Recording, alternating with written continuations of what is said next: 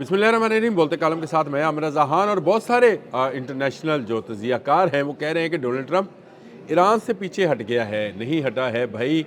मैं ये बार बार कहता हूँ कि शिकारी ने जाल बदला है, शिकार नहीं बदला। और अब उसने अपने शाहीन जो हैं वो लॉन्च कर दिए हैं, यानी हमला आवर जहाज़ जो हैं उसने पहुँचा दिए हैं मिडल ईस्ट में। और सेंटकॉम ने, जो कि सेंट्रल कमांड कहलाती है अमेरिका की फ़ौज की, उसने इस बात की तस्दीक कर दी है कि एक स्क्वाड्रन जो है पहुंचा दिया गया है मिडल ईस्ट में। और ये दिफाई नुक्ता निगाह से या सिक्योरिटी के तनाज़र में पहुंचाया गया है। ये जो जहाज़ है ये है क्या, शाहीन जिसको मैंने बोला है, इसको वो अंग्रेज़ी में ईगल कहते हैं। और ये इसके मकासद क्या हैं, ये जहाज़ कैसे काम करता है। और कल मैंने जो वीलॉग किया था कहर 313, उसके मुकाबले में ये जहाज़ क्यों भिजवाया गया है। जी हाँ, कहर 313 जो कि स्टेल्थ टेक्नोलॉजी का हामिल कम्प्लीटली मेड इन ईरान जहाज़ है, यानी इसमें किसी और का missile, engine, avionic system, radars, helmet mounted display कुछ किसी दूसरे मुल्क का नहीं है, सब का सब टोटली ईरान का अपना तैयार करता है। और मैंने कल बताया था कि उसमें एयर टू एयर मिसाइल जो है वो भी मौजूद है। लेकिन इसके मुकाबले में अमेरिकन जो हैं अब उन्होंने बाकायदा ऐलान कर दिया है कि वो ईगल लॉन्च करने जा रहे हैं। और ईगल क्या है, ये मेरे आज के बोलते कालम का मौजू है। और उसको ही क्यों लागू किया गया और कौन सा खलीजी मुल्क है। वो कि सेंटकॉम ने ये नहीं बताया कि कौन सा खलीजी मुल्क है जहाँ पर यह स्क्वाड्रन भेजा गया है। पहले तो ये समझ लें कि एक स्क्वाड्रन में 28 से 40 जहाज़ शामिल होते हैं। और यहाँ पर जो भेजा गया है 494 स्क्वाड्रन, उसमें 40 जहाज़ ही हैं। और ये जहाज़ जो हैं जिनको दुनिया के बेहतरीन डॉग फाइटर जहाज़ होने का एजाज़ हासिल है। इसने अब तक डॉग फाइट के अंदर 104 जहाज़ों को गिराया हुआ है।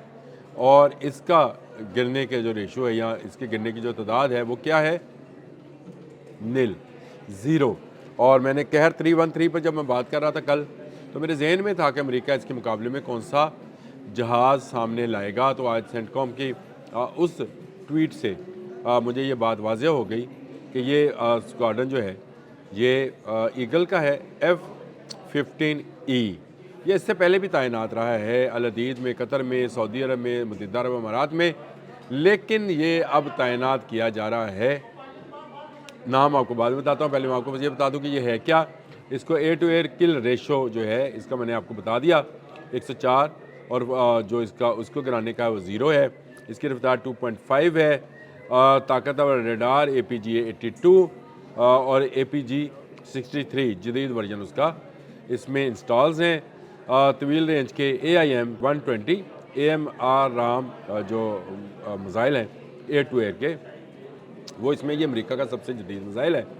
फिर इसमें AIM 9X जो है वो भी इसमें लगा हुआ है। मल्टी रोल सलाहियत है, यानी मुख्तलिफ अहदाफ बंकर उसको निशाना बना सकता है। तवील रेंज है, ज़्यादा से ज़्यादा लोड जो है तकरीबन 13 टन असला जो है लेकर फ्लाई कर सकता है। और ये F-15EX इसका जदीद वर्जन है। तस्वीरें साथ साथ चल रही होंगी तो आप देखते भी जाइएगा। इससे पहले मैंने बताया था कौन कौन सी एयरबेस पर यह मौजूद है, कतर, सऊदी अरब, कुवैत। और अब ये कहाँ लगेगा, ये मेरा वो सवाल था जो मैंने आपको कहा कि सेंटकॉम ने इसका तो वो ऐलान नहीं किया। लेकिन मैं आपको बता देता हूँ कि उर्दन की एक एयरबेस है जिस पर इसको लगाया जा रहा है। और उर्दन में क्यों लगाया जा रहा है जी, ये इसका नाम है अलजर्क एयरबेस। इसको मुवाफिक सालती भी कहा जाता है। और इस एयरबेस के ऊपर अब ये F-15E ईगल, ई से मुराद ईगल है, जो है उसको तैनात कर दिया गया है। 494 ये मैं आपको बता चुका। और ये भी बता चुका कि ये स्क्वाड्रन जो है उर्दन में मौजूद है। और उर्दन में क्यों मौजूद है, उर्दन से फ़ौजी अड्डे से अगर एक जहाज़ उड़े तो इराक़ क्रॉस करना है तो ईरान शुरू हो जाता है, यानी इराक़ इसके दरमियान में और उसमें हायल है।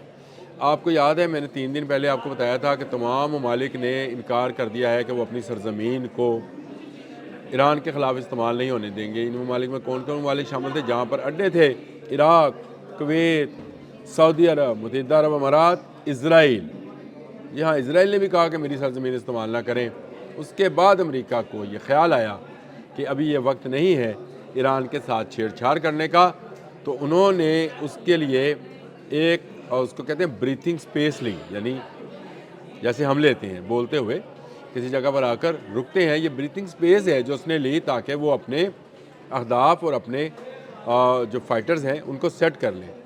کہاں نارتھ چائنیز سی سے اس نے جو ہے اپنا ابراہم لنکن، جو دنیا کا سب سے بڑا ایٹمی قوت سے چلنے والا بحری جہاز ہے یا طیارہ بردار جہاز ہے، اس کو مڈل ایسٹ میں بلایا، اور اس طیارہ بردار جہاز کے اوپر میں نے آپ کو بتایا تھا، میں نے پوری تفصیل بتائی تھی کہ 2 اس کے اوپر ایسے جہاز ہیں جو سامان کی ترسیل کے لیے استعمال ہو سکتے ہیں، اور اس کے علاوہ 18 F-35 جو ہیں وہ تعینات ہیں، اور یہ 20 سال تک سمندر میں رہ سکتے ہیں۔ 2 ایٹمی ریئیکٹر اس کے اندر شامل ہے۔ یہ تفصیل میں پہلے اپنے ولاگ میں جب میں نے ابراہم لنکن پر ولاگ کیا تھا تو میں نے بڑی تفصیل کے ساتھ یہ ساری ڈیٹیل بتائی تھی۔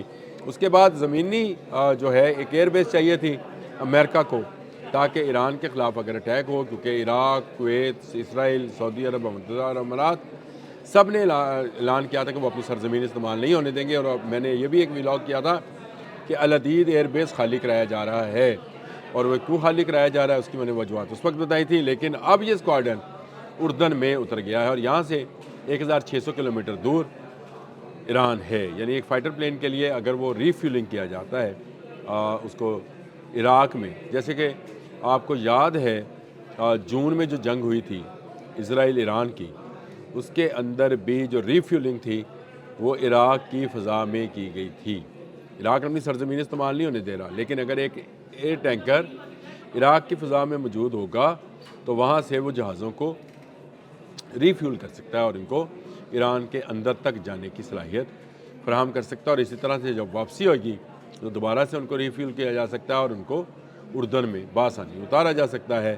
اور اس وقت ایسے جہاز اگر اپنا اسلحہ استعمال کر لیں تو ہلکے بھی ہو جاتے ہیں، ان کی پٹرول کی کنزمپشن، ہم تو یہی کہیں گے گاڑیاں چلانے والے لوگ جو ہیں، موٹر سائیکلیں چلانے والے، کہ پٹرول کی کنزمپشن بھی کم ہو جائے گی، وزن جو کم ہو جائے گا اس کا 13 ٹن جو ہے گولہ بارود اور میزائل جو ہے لے کر جا سکتا ہے۔ میں نے آپ کو بتایا یہ بڑا خطرناک اور امریکہ کی جدید ٹیکنالوجی کا حامل جہاز ہے۔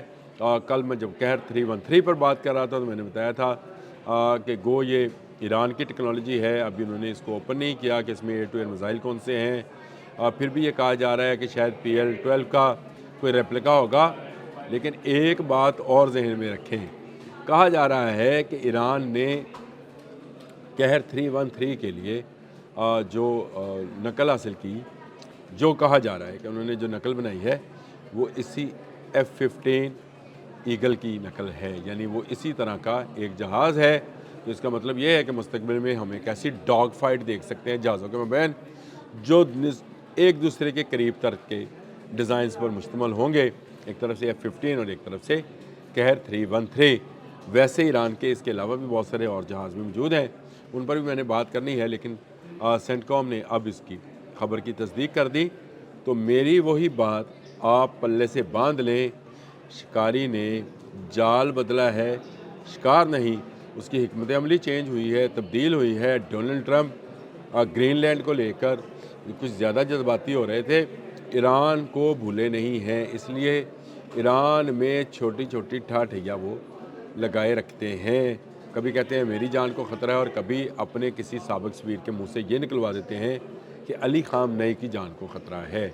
یہ خطرہ اصل میں دنیا کے امن کو ہے، نہ ڈونلڈ ٹرمپ کو ہے نہ علی خامنئی کو ہے، یہ خطرہ دنیا کے امن کو ہے، جس کو تباہ و برباد کرنے کے لیے نوبل انعام کے سابق امیدوار جناب ڈونلڈ ٹرمپ جو ہیں تلے ہوئے ہیں۔ وینزویلا کے بعد گرین لینڈ اور گرین لینڈ کے بعد ایران، ایک کے بعد ایک کی باری آنے والی ہے۔ F-15 اسکواڈرن پہلا اسکواڈرن ہے جو اردن میں پہنچایا گیا ہے، ابھی مزید اسکواڈرن بھی تعینات کیے جانے ہیں۔ اب تک کے لیے اتنا ہی، اللہ حافظ۔